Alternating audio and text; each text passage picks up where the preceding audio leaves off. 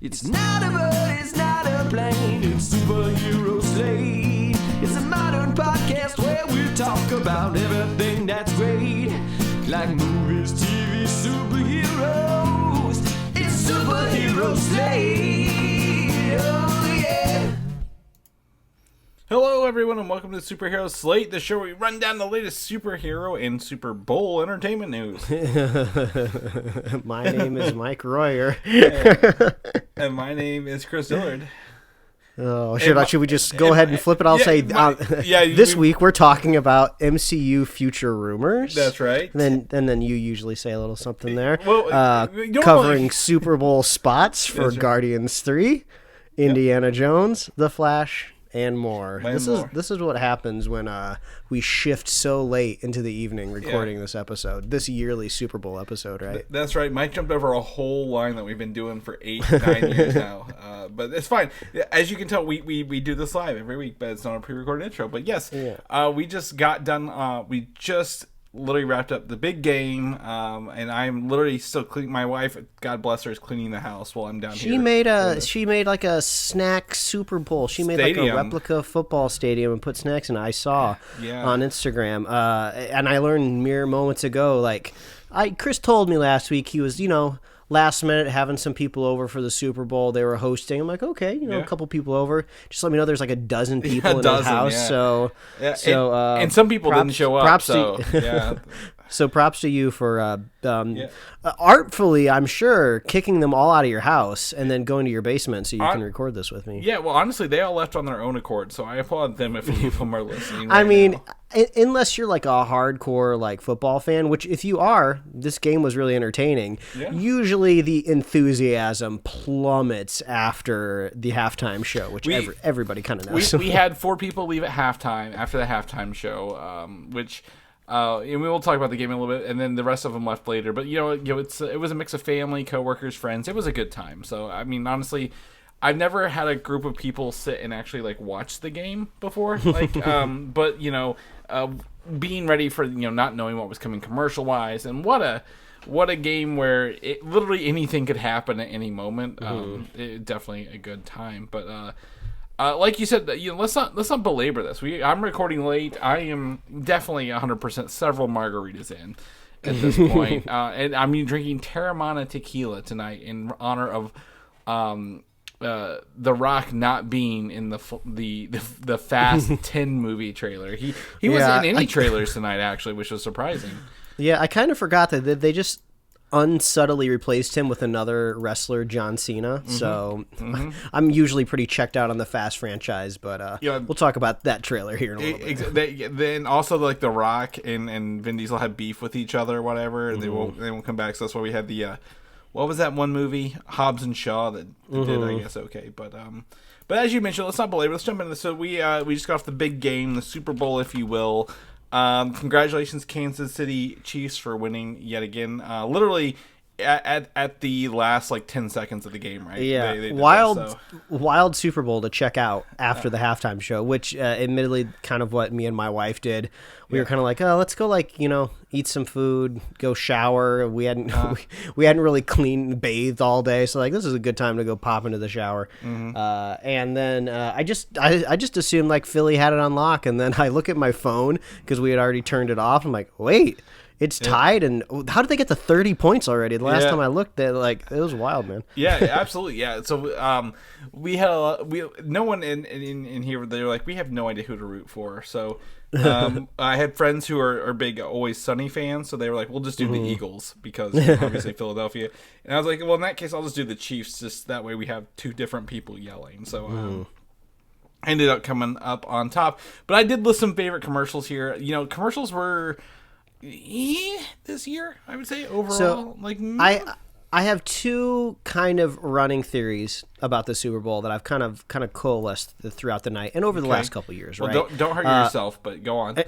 And I think some of this is around, I saw some kind of older generation boomer Twitter accounts say something along the lines of does anyone else think these are the worst Super Bowl commercials they've ever seen or whatever? And I'm starting to think it's just a chart based on age, right? The older you get, I think that hurts me. Thank you.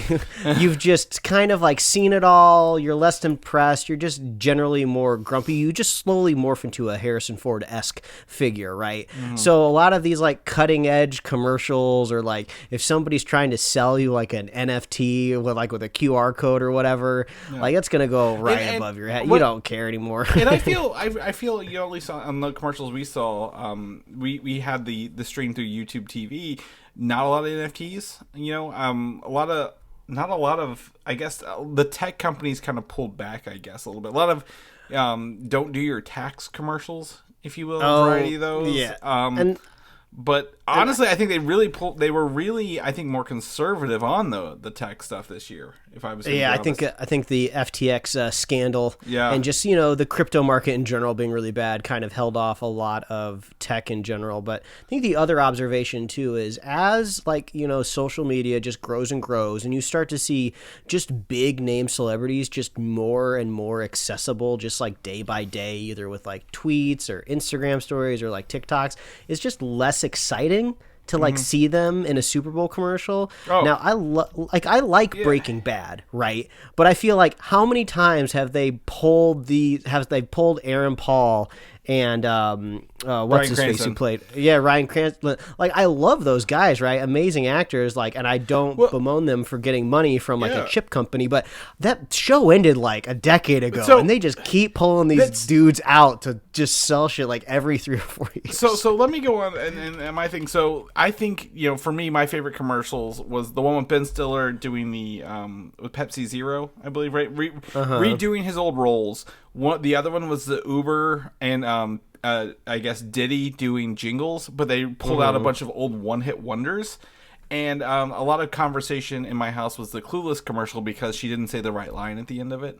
And I'm like, all these commercials rely on one thing: nostalgia. That's all these commercials were. There was also a I like Steve Martin, but his commercial didn't draw me in as much as Ben Stiller literally pouring Pepsi Zero all over his head in his Zoolander character. But like, and you mentioned Breaking Bad, right? These are things people used to like, and I think they're just leaning into that. Like every commercial leaned into that a little way too hard. Yeah. Now, if you want to pivot away from like nostalgia, kind of like cameo in general, like my 2 favorite commercials was it Bradley Cooper and his mom doing that. Like obviously it was staged, like this was the whole plan for all along, but they were just like charming. It was like fun to see them patter, like, and you can't teach like an older parent to like put on a character, so that's just how she is. So I enjoyed that. She looked like half the height of him too, which I thought was pretty funny.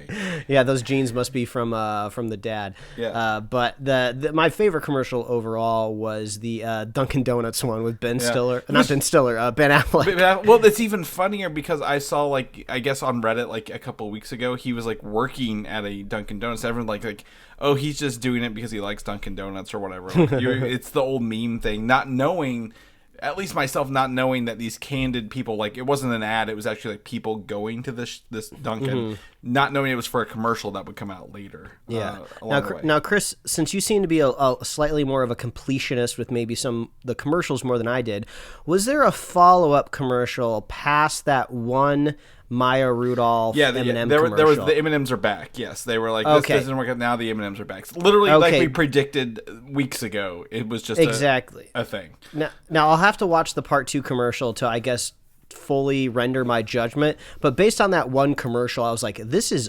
awful.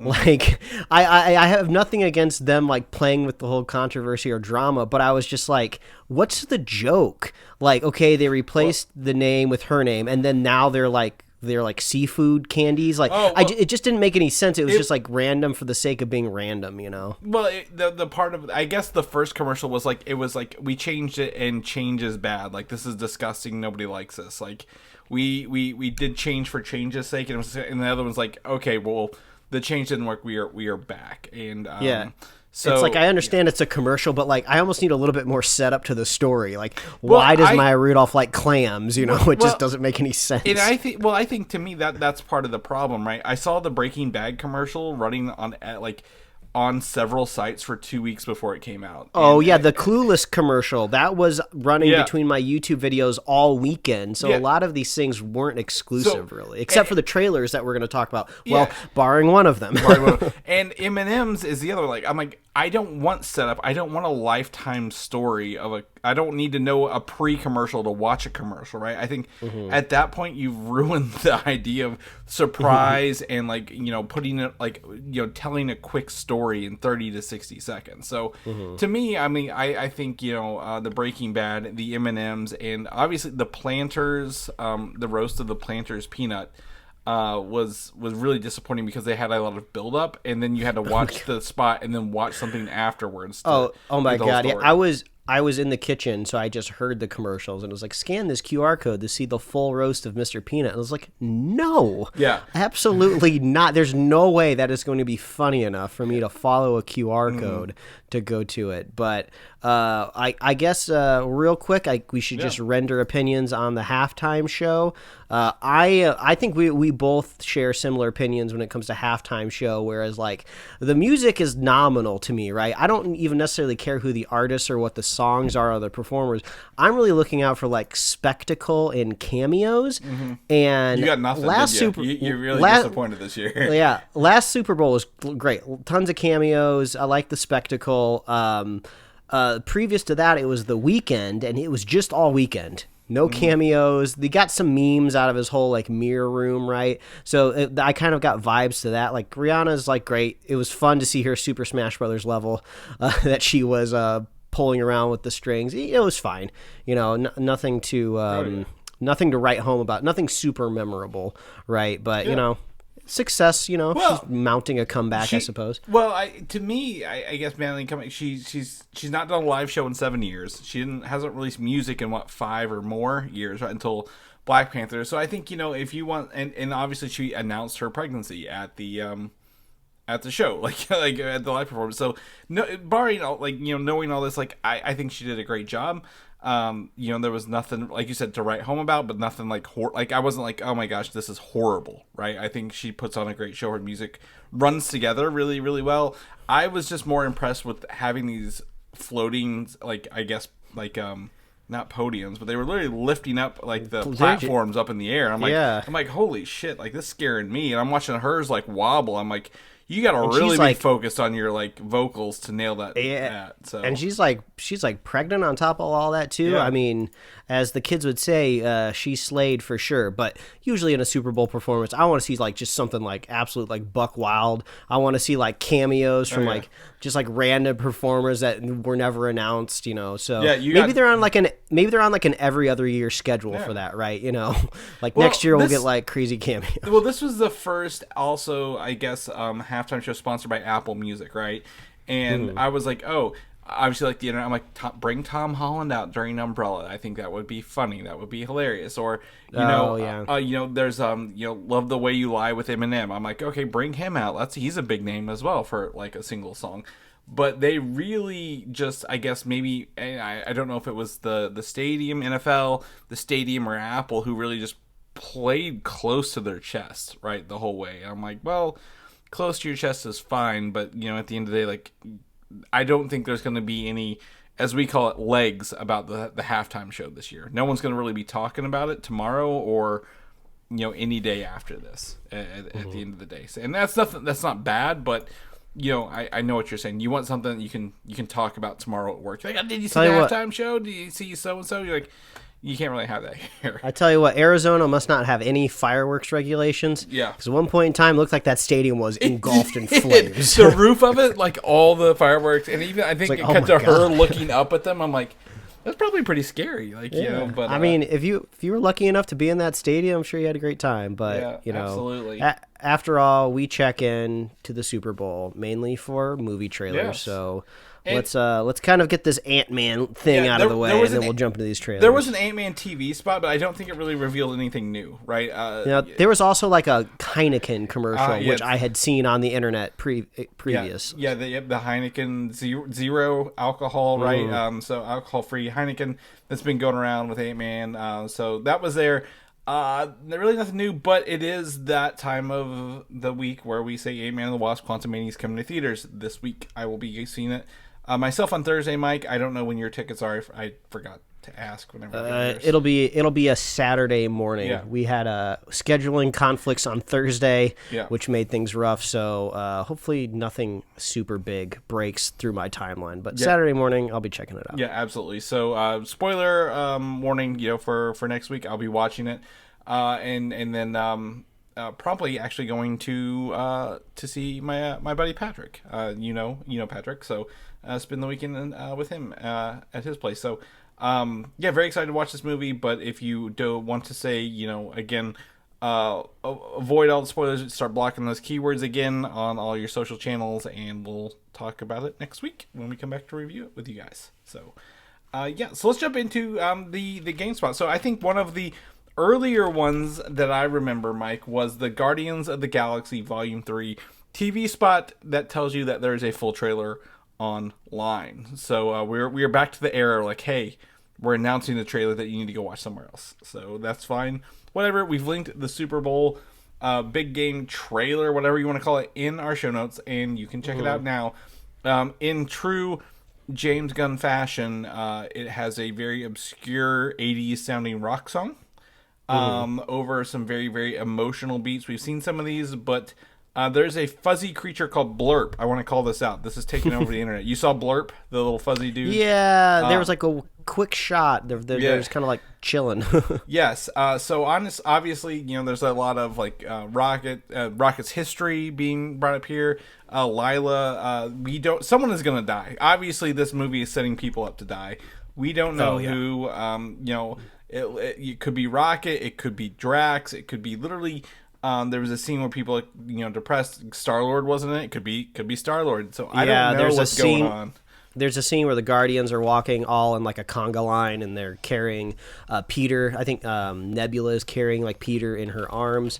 So somebody's definitely going to be croaking for sure, and they want you to speculate the whole time. So odds are probably not Gamora because it's already happened. So and Groot. And then Groot as well, right? Because we've already kind of seen Groot come back to life. So, my money's just on Drax. It just makes the most sense. He's got the most. He's got the. Not to sound mean, he's got the least to live for, I guess. He doesn't really have a lot of family. His story arc has really come through, right? Like literally, like he is not the same character we met in Guardians 1, and.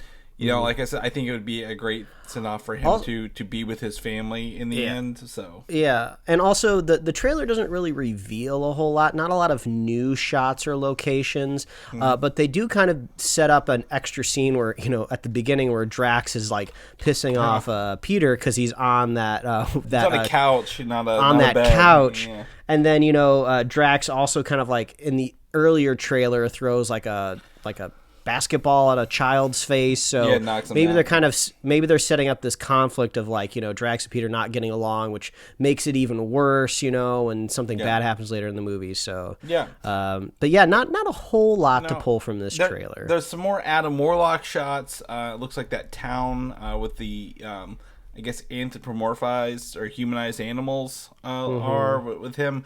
Some of the regular forms of the high evolutionary where he looks like a normal person and not like with the weird suit on. So like I said, we couldn't pull anything out of this, but it does seem to really lean on that. The Guardians, they are a very weird group of people who get along because they're all outcast rather than they're all like Avengers, right? And I think one of the two funny, you mentioned the first funny part, the Drax and the couch, but the other one is like, hey, this girl Gamora you mentioned sounds just like Nebula, and you're right, Nebula has evolved into sounding like what Gamora was before she died. And he's like, oh, you do look beautiful with your black eyes. And I'm like, yes, of course, Peter, the thinking with his junk again, back to that. So overall, very, very excited for this movie, right?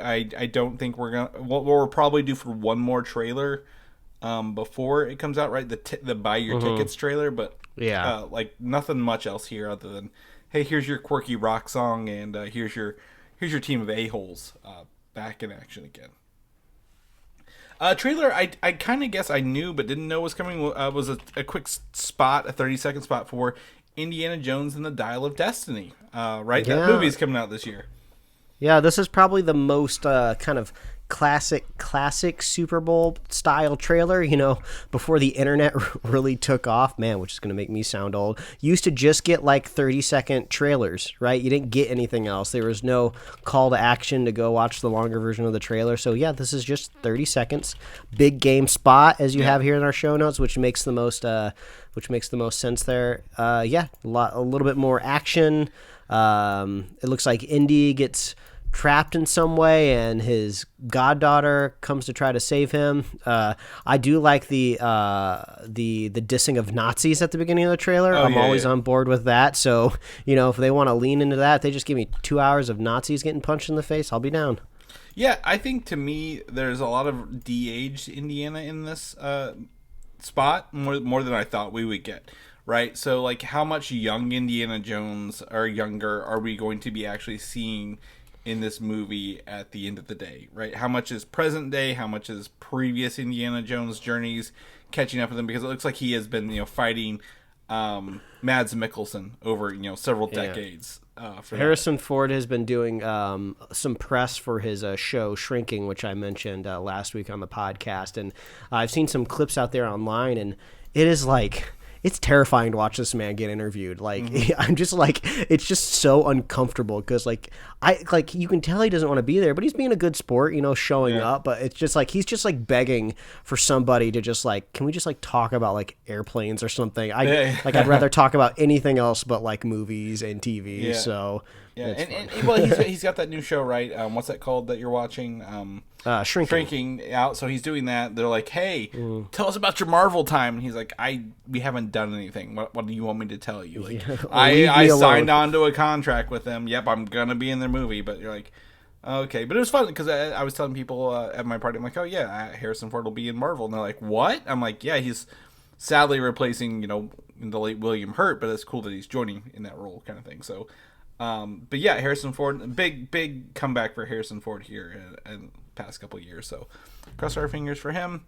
In one of the, I think I'm going to go ahead and jump into this. The biggest letdown of the Super Bowl for TV spots was the Transformers: Rise of the Beast. Literally, we get this car saying, "Hey, I'm Mirage," and "Hey, I'm Mirage." Remember, in this trailer, in this 30-second spot, I'm like, what the fuck are you trying to do to me? Like, this is like the most disappointing trailer I've seen ever. Yeah, it's like Rise of the Beast, and you get one shot of Optimus Primal. That's it. Yeah, there was like nothing new compared to the last footage that we got. I don't get it. I don't understand what's going on here. So I think we can move past that one. Well, yeah, and this is to me, Transformers: Rise of the Beast. Who is Paramount own that? Who owns Transformers?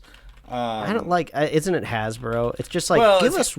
Yeah, but give us like one additional beast, right? Yeah, we couldn't get one new beast up in this.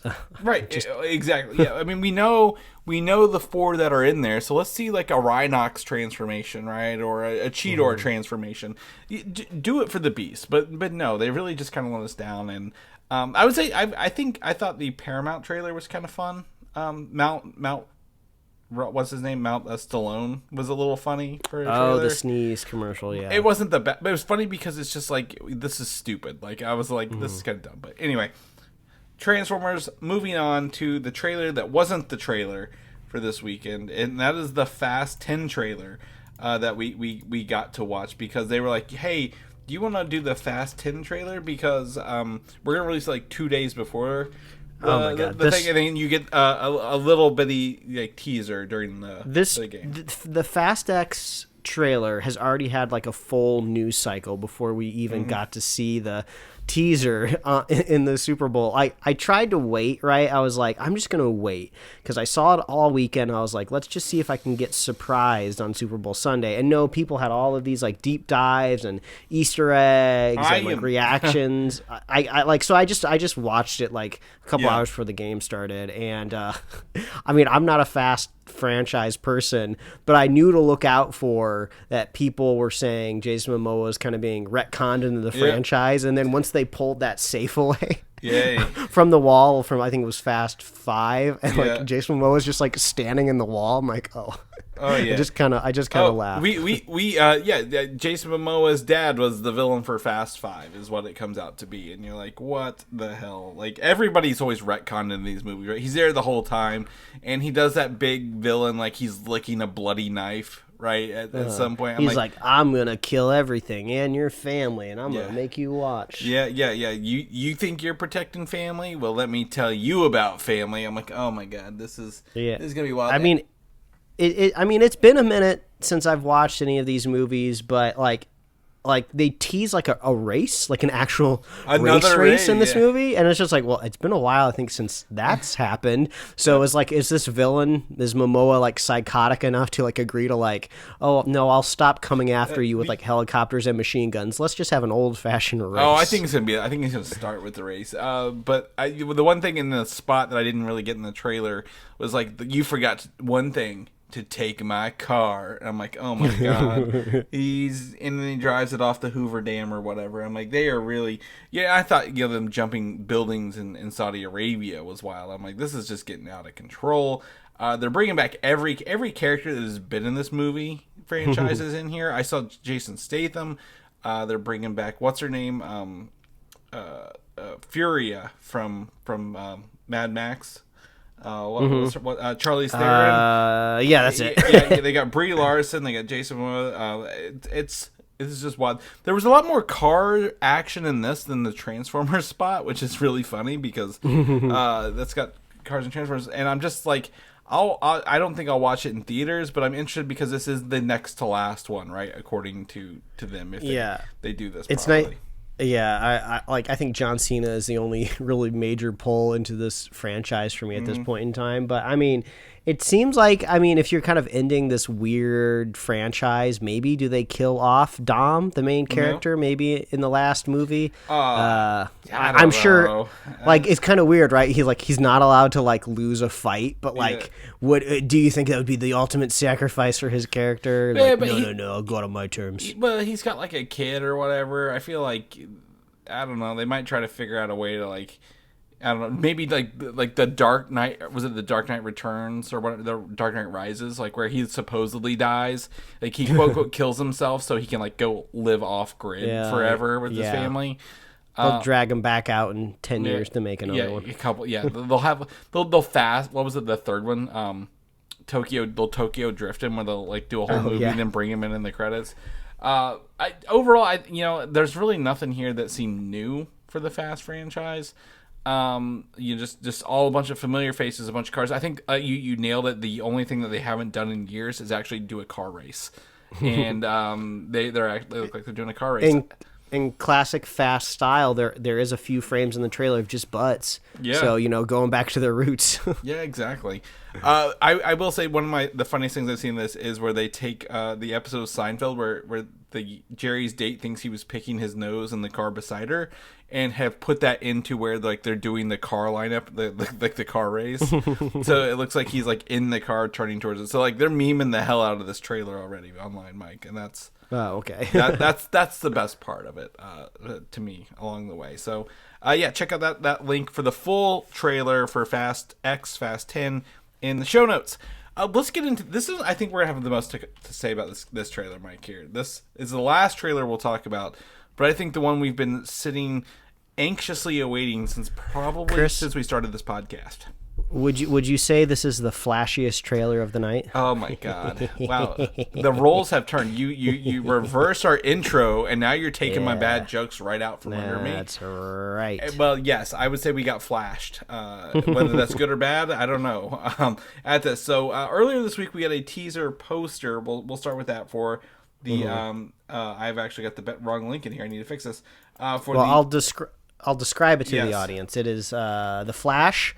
In a very, very wide shot, looking off into the distance, and then there's a big old Batwing hovering over his head, a la classic Michael Keaton Batwing. Yeah, so he's signaling, if anything, a trailer incoming. Yeah, that's right. So I think the other thing to say is he is in the classic Bat Cave, right, from Tim Burton's Batman, and his suit is very Tron-y, right? Like the red lines all over it look very Tron-esque, if you will. At the end of the day, so very cool. But this trailer I can't quite wrap my head around what is happening with this movie. Man, but boy, is it fun.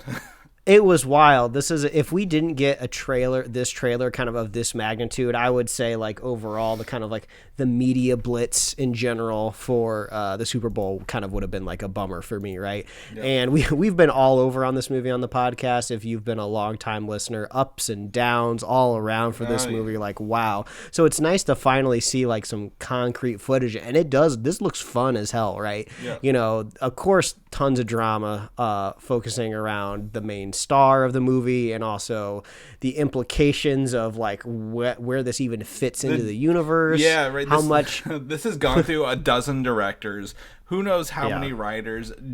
Zack Snyder's out. Zack Snyder's in. You know, a whole new DC universe. Warner Brothers has been bought by another company. This is not even the first time we saw Ben Affleck tonight, right? Like he was in a Dunkin' commercial. So, go on. Tell me what you got out of this. It was wild. It was fun. So many set pieces, so many moments, so many clippable, screenshotable moments, which I could say we didn't really get in really any Guardians trailer, even the one that we had previous to this, right? You know, I would say that those Guardians trailers have been very, very emotional, signaling, you know, the end of like a trilogy for these characters. So I understand that it is different, but this is just kind of like introducing like a whole new line of action, right, for the Flash moving forward. He is all over the place in this trailer. We get to see, like you said, 2 different Batman. On top of that, we get to see a Supergirl, and then Supergirl's like going crazy, like in and out of her uniform. There's lots of shots of lightning. There's this really cool shot where you finally get to see a brief glimpse of that other Flash that is in like an old bat suit, and they kind of like go foot to foot and like push off of each other, which is like super cool. It's kind of nice seeing I guess a sanitized kind of Barry Allen, Ezra Miller in a way where I can just enjoy the character and I can just like zone out and put my blinders on and I don't see like, you know, the news headlines around it. Like I can just enjoy it for like what it is, which sometimes is hard to do. But yeah, I just had a lot of fun watching this trailer, and I just hope it all works out, right? I just hope it all works out in the end. I think the fun is tied to two parts here, Mike. One is the unpredictability of this, right? Like, I could not have told you a single goddamn thing I saw in this before we saw the trailer, right? Like, of course we know there's 2 Barry Allens, we know there's Supergirl, but like, we know I didn't realize we were going to have 2 action scenes with Batman. Like, Michael Keaton's Batman does this thing where he lands, like, stands up and like beats these guy's ass in like a tube, and that looks really cool. We see Ben Affleck on like a bike and like talking to Barry. We get to see, like, we get to relive Man of Steel a little bit, right? With Zod coming to Earth. Oh, and, God, like, yeah. Terraforming totally forgot to Earth. talk about Zod, yeah. Yeah, like, you know, we knew Zod was here, but, like, we didn't know what part. So, like, yes, we get to see Michael Shannon return to Zod. There's a point where there's a Pacific Rim poster on the wall, too, in Barry's room, by the way, which I thought was really fun. A lot of lightning, a lot of explosions, a lot of action. I think the cool part there was, I guess maybe... It looks like the reveal of, I guess, Sasha Calle's Supergirl with Batman and like the snow at the end there. Like she kind of takes out, like, you know, the Flash's like, "What do we do, Batman?" He's like, try not to die." Then he like lowers his fist and there's Supergirl. And like, holy shit, this is gonna be cool. Because I have I think he probably says him. We had no idea what we were gonna get out of this. But a lot of it was really cool, right? Like a lot of like fan, like geeky moments here. Yeah, and I guess it's not entirely sure maybe how many worlds, or is he visiting, like, obviously he's messing with the timeline, right? But he must be visiting other worlds, right? If we're seeing other versions of Batman, right? So there's going to be 2 kind of types of traversal of like time and worlds.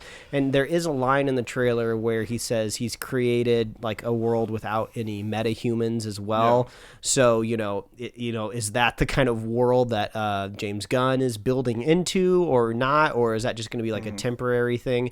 But as we've said a lot on the show. There's this magnificent power behind the Flash that can undo and redo just about anything. The sky's the limit, right? Absolutely. And I think the other half is not just, the unpredictability, is the, again, nostalgia factor, right? How many people are like, oh my gosh, Michael Keaton as Batman, the old Batwing, the old, we get to see the rubber suit, multiple times, a bunch of bat suits, and him back in action, like, hell yeah, like this is cool to go back and get him again, right, as that Batman. So I think, to me, that I think it's like a perfect storm, if you will, of absolutely wildness kind of going on with this movie, and bringing the hype to a new level. I think people, I've looked online, a lot of people, I wouldn't say have poured over this yet, but they will be pouring over this frame by frame to figure out what's going on. But I could also be like, absolutely, what we see in this trailer is not what we're going to get in the movie, right? They could recut, rearrange things before it releases. Also, I don't like necessarily where this strategy is going with releases, right? Releasing the Fast X trailer a couple days ahead of time, okay, that's one type of annoyance. But the Flash trailer was available online, I think an hour or so before kickoff even happened, and then we got the teaser trailer for it. Maybe in the first quarter. I don't 100% remember. It was definitely the first half of the game. Pretty early, yeah. Yeah, so I was already seeing screenshots and reactions and everything on Twitter before the game even started. So I was like, wait, did I miss something already? So I wish they would just stick to posting the trailer after the teaser had launched, right? Because you got your dynamics all over the place, right? I'm trying to keep up with the Super Bowl memes, but at the same time I'm seeing screenshots of Michael Keaton, and it's too confusing for me. Well, you could take my approach. I didn't watch any trailer until the game was over. I was like, I'm gonna wait and then watch them all at once. Not a bad idea. And it's worked out for me, because I think I'm like, okay, what are people actually saying I need to watch? What was a spot versus what was a trailer? And that's really kind of helped me here. But I think the last thing, this is before the trailer dropped, this was news this week, was that the Flash, supposedly the ending has been rewritten, or I guess re-edited with the footage they have, and all DCEU cameos were removed. But as this trailer has proven, the DCEU cameos were not removed at all. There's a lot of Ben Affleck in here, and Ben Affleck gets Batman in here. So I'm starting to say that this news that I heard about the ending even be written, I'm going to leave it in here, probably false stuff. I bet they're going to leave it as is, and then move forward as they need to, right, with it, because it must be very confusing for Ben Affleck, right? He's like, so am I Batman or not? How often I'm going to be dragged out into this suit? I can only do so much CrossFit. I can't perpetually stay in shape. My guess is they were done with him last year and he knew it, but at this point he's just like, I'll go work at Dunkin' and film that for a little bit. But honestly, I honestly think everyone who has been is going to be used going forward probably already knows. But since they filmed this so long ago, they're probably just going to keep it in there. I just want to know if they're going to put him in Aquaman, I guess, right? That's my big question, is will Ben Affleck make it to Aquaman or not? But, we don't know that. All we have is the Flash. And honestly, again, we are no strangers from eating crow here at Superhero Slate. Will this be the best movie ever? As James Gunn said, I doubt it, but but I will give them full on credit for having the best superhero movie trailer of the Super Bowl this year. Yeah, Chris, the world's crazy right now. There's if you're here in the States, UFOs above every square mile. It seems like. Fighter jets shooting stuff down above farmland. We're wilding out around here, so I suppose a positive Flash trailer. There was a train derailment in Ohio that's killing all the wildlife. So I suppose a surprising Flash trailer is not the wildest thing that's happening right now. No, not at all, not at all. And also, we could use something new. I think everything else seemed, correct me if I'm wrong, everything else seemed familiar, and that's not necessarily a compliment. All the time. Yes. So let's jump into I think that's it for trailers. We might bring up some more spots if we think of them, but let's jump into the regular news that we had already written before all this come out, and that is Constantine 2, right? The sequel to Keanu Reeves' Constantine movie with Keanu Reeves and the director, can't remember his name, returning. There was a lot of discourse this week about they didn't announce it last week, right? James Gunn didn't say it, so it's not happening. And then some people at Warner Brothers or Discovery, whoever, came out and said, actually, this is still in the works. Keanu Reeves will still, we're still working on Constantine 2. It's just not even though Constantine's a DC character, we're not putting it in the DC universe. It can live as a sequel to its legacy film, right, beforehand.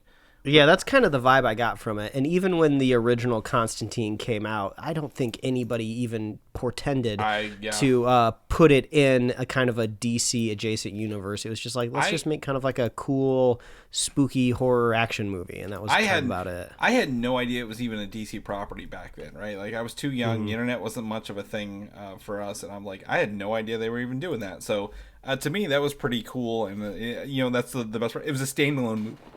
It doesn't need to rely on the DC universe to be a successful film, and that's okay with me for that to exist. So if we hear anything else, we'll let you guys know. You know what? Know what's funny though? If this sequel comes out and everybody like loves it and it makes a ton of money, I guarantee they find a way to put it in the DC universe, right? Because that's how Hollywood works. Yeah, exactly. And that's fine if they bring it in later. I think that would work, as long as you're not trying to shoehorn it in now, right? Like, hey, this whole movie, the whole crux of this gods and monsters, reason. So if it comes out successful, they put him in Swamp Thing as an end credit scene. I'd love it. I think that'd be fantastic. That'd be the best way to do it without having to make his whole movie be in the DC universe proper. But anyway, Disney as a whole came out with they actually had a whole spot at the Super Bowl, right? Disney 100, right? Had all their movies and the big franchises, which I thought was the stupidest spin for a company ever. I only say this because everyone knows who Disney is, right? Like, we know who you are. You don't have to promote your 100th year because people are going to go watch your $1 billion movies. Like, you don't need to put Avatar 2 in here. It made $2 billion. I think you're fine. But if they want to go, toot their own horn for being around a company's 100 years, that's fine. But they also announced some really bad news. There's some layoffs, the company's restructuring, kind of shitty stuff. But we were able to pull out some movie news at some I guess. To me, the first one, Toy Story sequel announced, is kind of unnecessary news, right? Yeah. Toy Story 4 was fine. Don't get me wrong. We've talked about that. Like, it was a sequel that, it didn't need to happen, but they did a good job with it. But I'm like, stop doing this. Like, it ends on a really good note. We don't need to keep going with Toy Story. Yeah, unless is the strategy here keep making Toy Story movies until they sunset like all of the characters, right? Woody, what is it? Woody and Bo Peep that kind of rode off into the sunset at the end of the fourth movie. Like, they can't come back. They shouldn't come back. It would be narratively disingenuous to do that, right? So it only works once, and they did it with Bo Peep in that movie. So you don't need to do it again. So, like, in the fifth one, do you do it with Buzz? Is it like is it like Mr. Potato Head? Is it Slinky Dog? What exactly is it? I don't think this one needs to happen. Yeah, and the only thing I think that would work well is the idea, again, toys are kind of being phased out, right, in our modern era. You don't buy a lot of toys. I don't buy a lot of toys either. These days, you go to the toy store, they kind of suck. But, like, comparing toys being purchased in 1994 to 2024, a whole different world. So Buzz dealing with that would be interesting, but also really sour taste in my mouth over Lightyear, right? Like, and only because I don't think the movie's bad. It's the message at the start of the movie, like, this is the movie that Andy watched in 1994 that made him buy this toy figure. I'm like, no, it's not. No kid in 1994 watched this movie with this amount of heart and emotion and decided to buy a toy about it, right? Like, they wanted the Buzz Lightyear Star Command TV show where they were just out blasting evil aliens, nameless baddies forever. So to me, it kind of sucks. But yeah, Toy Story I think is very I guess we don't need it. At the end of the day, we'll say we'll be wrong in a couple of years, 100%, but it's fine. Frozen 3 announced. Not really surprised here, Mike. I think this is honestly they took a long time between 1 and 2, so I'm surprised 3's coming this fast. But I want some Frozen redemption. Yeah, I like the first movie. Did not like the second movie. Give me some redemption in this third one. Figure your story out.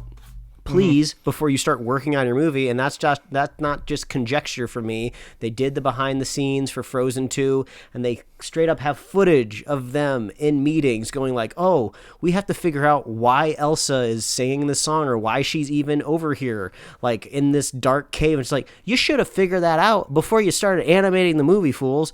So hopefully they've learned from their lesson and they'll give me a better Frozen movie. I didn't mind Frozen 2, but also I don't care about either one of them enough to care about Frozen as a franchise. But knowing that is like one of the biggest moneymaker, I guess, Disney original stories, like, yeah, do your third one and get it done right. Like I think the world of Frozen's interesting, right? This universe that they're in, about magic and these two worlds. What's your villain going to be? Figure it out. Let us know what it is. Is it a fire villain? Because everybody loves a goddamn fire villain for the third movie. Did you? I think maybe it's Epcot. I don't remember, but there's like a Frozen dark ride in Florida. Did you ride it when you were there? Not this year, but we rode it several years ago. Yeah. Yeah. I watched a ride through for it on YouTube. It looks kind of cool. Looks kind of fun. It's a water log ride similar to Pirates of the Caribbean, if you will. But it does have a part where you go up to Elsa and then it actually like shifts and you go backwards in the log ride down a hill, and that's pretty cool. Because you're in the dark, you don't know what's happening, but it's really I don't mind the Frozen ride at all at Epcot. Very worth the wait in the ride there. And lastly, Zootopia. I watched Zootopia. My wife put it on the TV when she was going to bed the other night for the first time. I haven't watched it since it came out. I don't care for Zootopia as a whole. Oh, boo! I know, boo. Zootopia is great. It's a treasure. I love that movie. I want them to turn it into like a video game because all the little biomes. It's great. I won't stand for the Zootopia slander, Chris. Well, I didn't care because there's so much at once. I'm like, it'd be great if they had I think a better focus on this world. They throw a lot at you really quickly. I think it deserves the time and attention for Chris, that. Right? did you not listen to the Shakira song in the movie? It says "try everything." That is the motto for the song. It's like going to a buffet for the very first time, and you're like, I want one of everything. You're like, I'm overwhelmed. I don't know what I want. Don't say buffet, Chris. You're making me hungry. Well, good. I'm glad somebody is, because it's almost Monday here, and so that's fine. But like Zootopia, honestly, I know they had those Disney Plus shorts, right? Zootopia Plus on Disney Plus. Really surprised that, again, it took this long to get Zootopia sequel moving in production. So yeah, but overall, the kind of opinion for Disney moving forward, it seems like from the crowd out there, is that they're going to be like kind of focusing a little bit more. So I'm not surprised that they're like, let's take these proven franchises, sequelize them more, because we know that they'll make money. I think the message overall from the temporary CEO Bob Iger, maybe permanent, at this rate, is that content, right? They want to get back to being content storytellers, which they felt they really lost under what's the other Bob's name? The bad Bob. Chapek. Yeah, Bob Chapek. So I think they've now got some. They split off they split up the distribution or the creation. There's like two different people now, so they can do storytelling.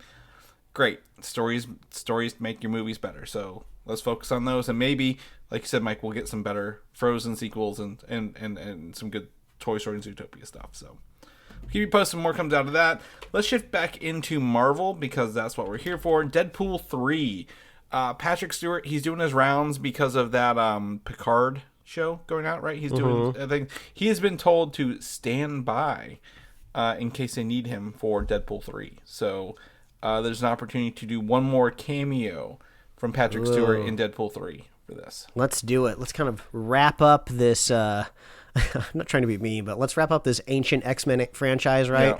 Yeah. That's been around since the statues at Easter Island, and press on forward. Well, it's funny because, I think they did a really good job with Tobey Maguire coming back as Spider-Man, but they've really beaten this X-Men stuff with as a dead horse. They literally, anytime they can bring back Hugh Jackman and Patrick Stewart, they're like, yep, let's do it. Because he even returned to Doctor Strange a year ago, right? Like, he's been in the MCU very recently as Professor X.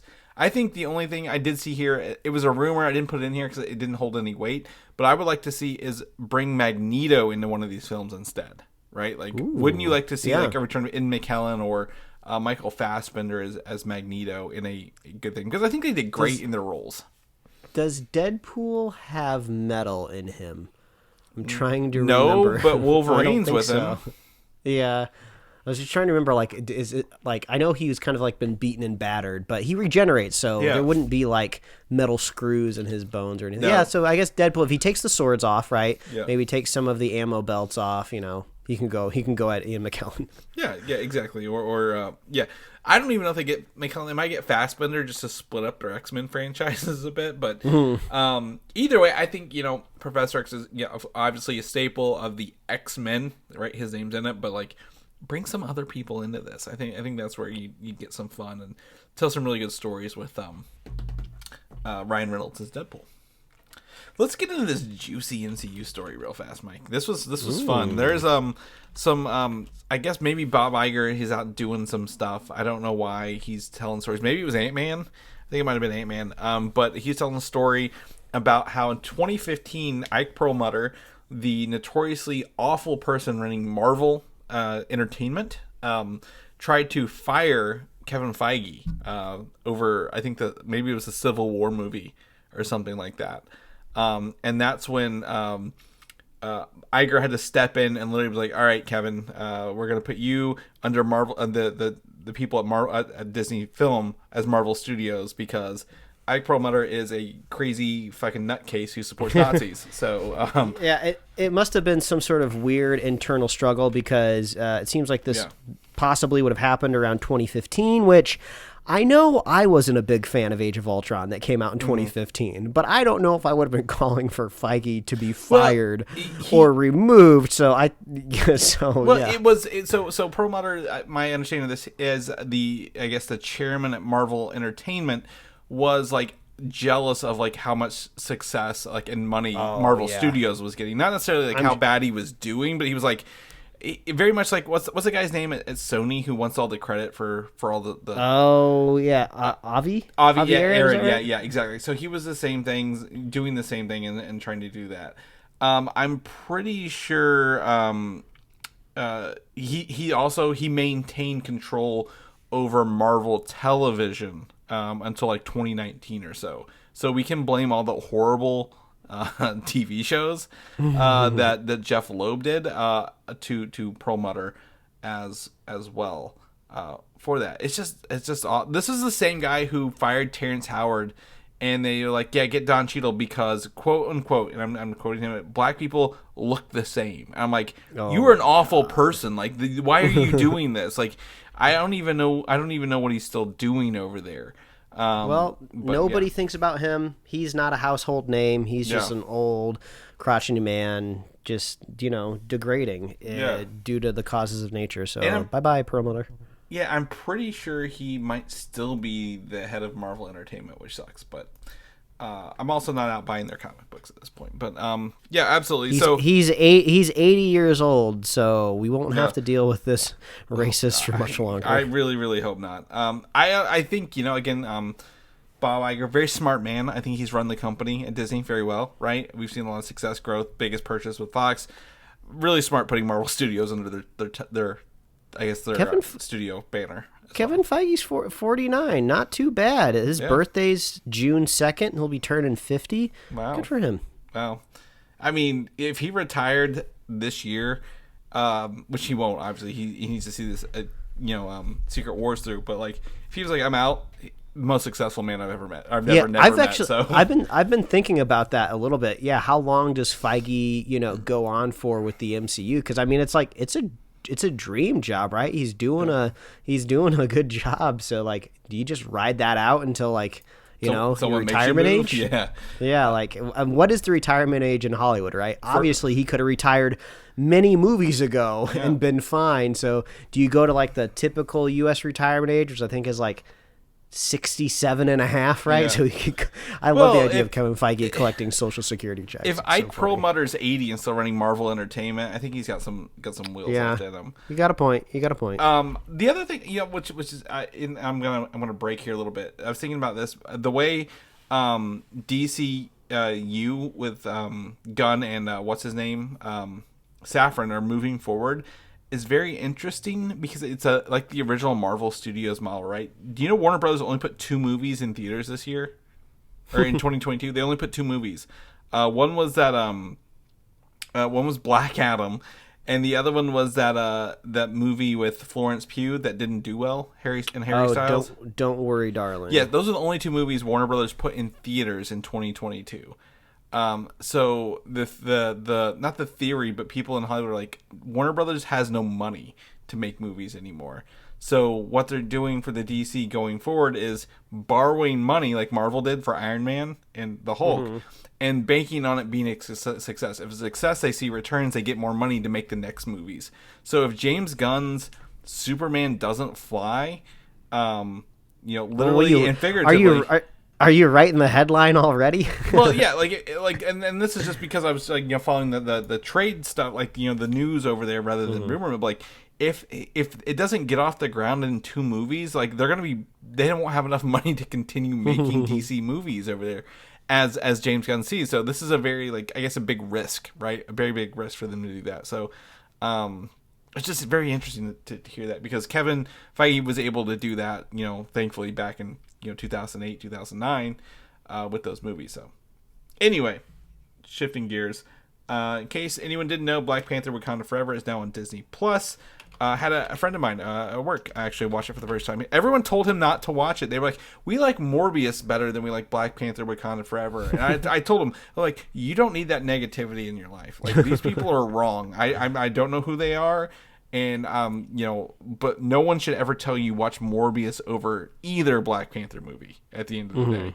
Wakanda Forever is also a very unique movie. It's not a normal superhero movie, but it's on Disney Plus. You can also catch it in the IMAX format edition. But one of the behind the scenes thing, I think, is Disney's Assembled is on Disney Plus as well now for this movie. Namor's wings can grow back. They've confirmed that on his legs. Like, whenever Shuri cut him off, like, that's not a permanent, I guess, disfiguration for him. It's just a temporary scarring, if you will. Yeah, I mean, not too surprised about that. I'm sure it could be. I mean, we saw these underwater creatures miraculously survive from being shot and stabbed if they just fell back in the water. So yeah, not too far fetched to think his little ankle wings could grow back. Right, and one of the things about that movie that never was answered, like whenever Okoye took out the I guess the Atlanteans on the bridge and she just whistled them back to life, I'm like, how did that happen? How did she just whistle these people back to life? But you know what I mean, like we've already reviewed this movie, but I feel like the longer it sits with me, the less I realize I enjoyed it. I don't think it's not a bad movie. I just did not really enjoy it. Well, it's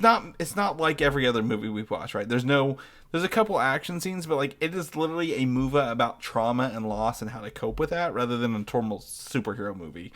So I can't really fault it, but like I'm very excited to get back into the theaters to see Ant-Man this weekend, grow to a huge size and just punch the fuck out of some buildings. Like literally just destroy buildings and fight like a very large-headed man in a small like floating suit, like, with MODOK. So I'm like, let's get back to some of this stuff. I like the weird instead of the down-to-earth stuff. But anyway, yeah.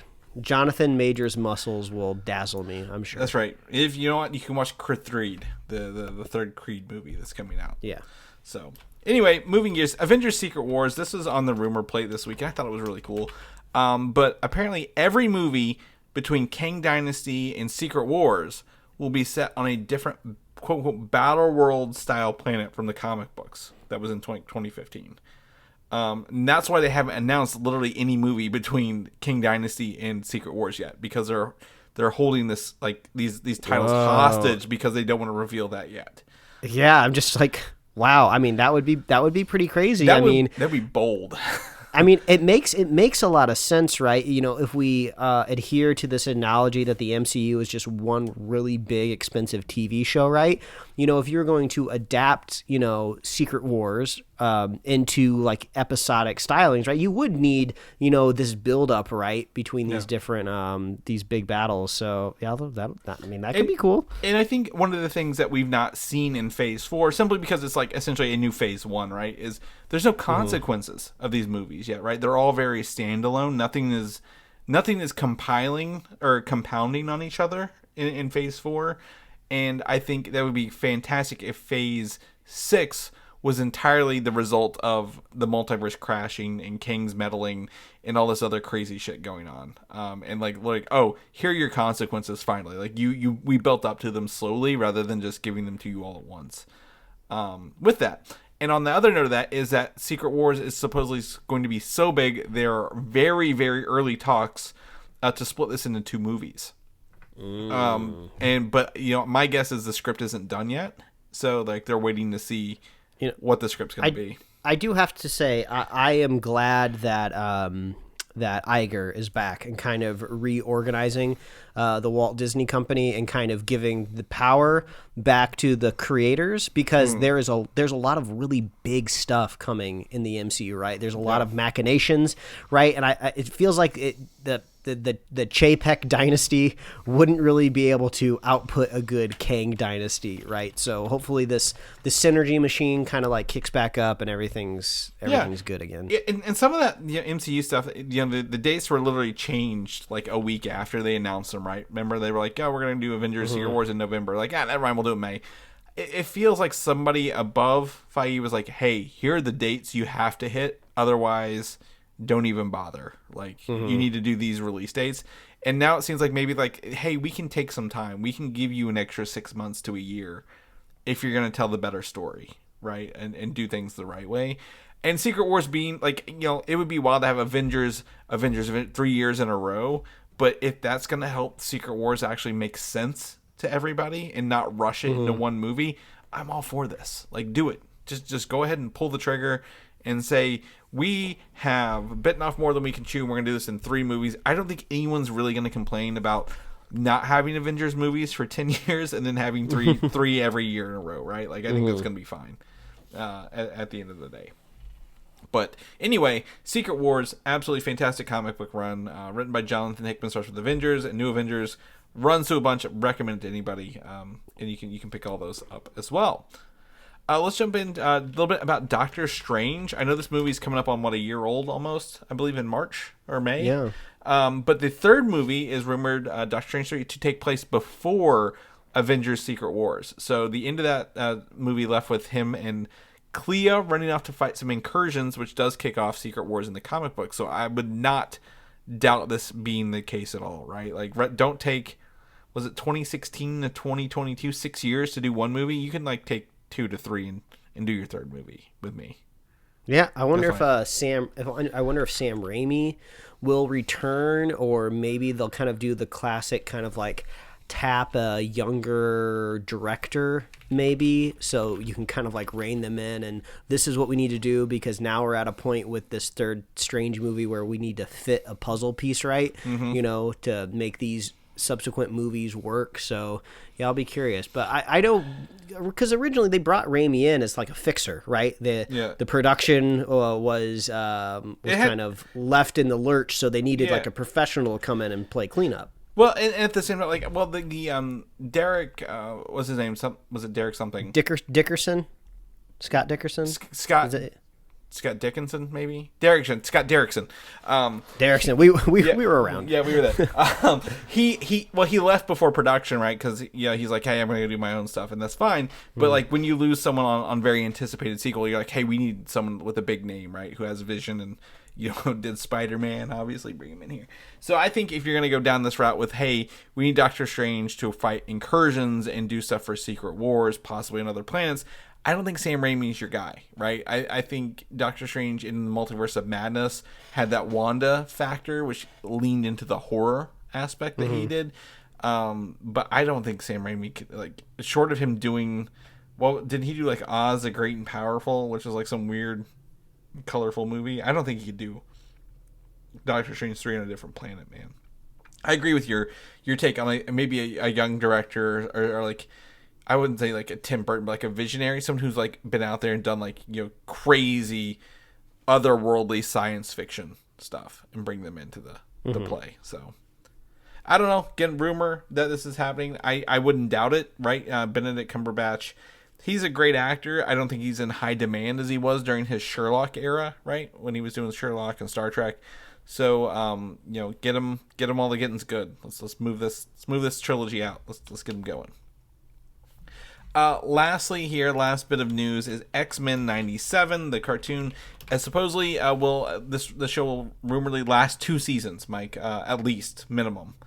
And I'm going to guess that this is the animation production schedule again, right? They give them a batch, 2 orders, right? 1 full list of 2 seasons of episodes, do all the voice, do all the animation.